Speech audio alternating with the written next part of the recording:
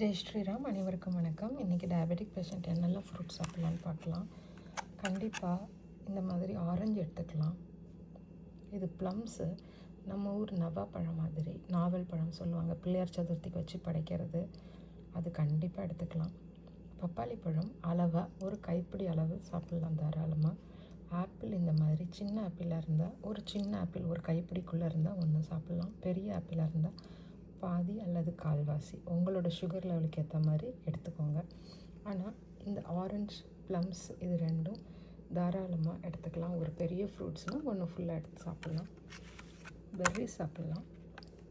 Raspberries, blackberries, blueberries இந்த மாதிரி எது கிடைக்குதோ சாப்பிட்லாம். பப்பாயாவும் சாப்பிட்லாம், ஆனால் அளவாக சாப்பிட்ணும். ஆனால் வாழைப்பழம், மாம்பழம், பலாசொலை, பைனாப்பிள் இந்த மாதிரி இருக்கிறதெல்லாம் ஒரு சின்ன துண்டு ஆசைக்கு சாப்பிட்லாம். இன்னொரு வீடியோவில் சந்திக்கிறேன். நன்றி.